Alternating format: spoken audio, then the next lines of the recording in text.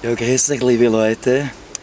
Ich sitze wiederum einmal in einem wunderschönen Schanigarten in Wien, Ottakring, diesmal nicht in Wien hinaus.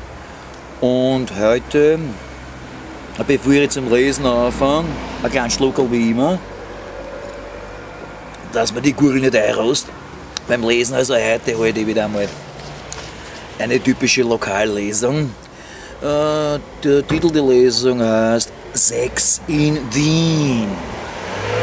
Ja, nicht vergessen, liebe Wien-Liebhaber, die Stadt Wien hat nicht nur stutengeile Lipizzaner-Hengste, Sängerknaben, die in der Nacht um die Wette wichsen, knusperfrische Bruderhörner, die älter sind als das Riesenrau, ein Strohzuppenballett, das Weltspitze ist, in der Tanzdisziplin Arschpudern, so teure Opernstars hat, die das Bühnenmikrofon gieriger ins Maul nehmen und daran lutschen als der ärmste Strichbub vom Karlsplatz, eine reiche Schneebrunz, ein Nudel, betreut im Hotel Sacher. Ja, das ist das Wichtigste, was ich eigentlich sagen will, was das Sex in Wien anbelangt, nämlich anno dazu mal, ja, im Spiegelsaal des Schloss Schönbrunn, schon wissen, haben seinerzeit,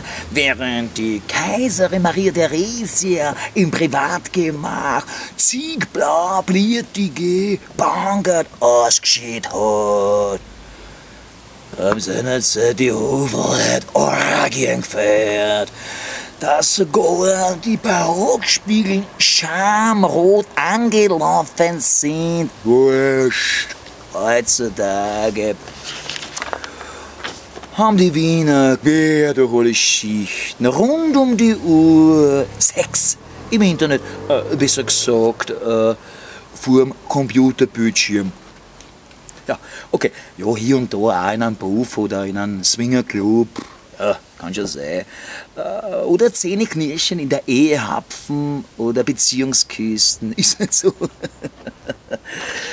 Trotzdem sage ich, besser ein Fick im Gehirn als sexlos krepieren. Stimmt's? Danke fürs Zuhören. Habe die Ehre.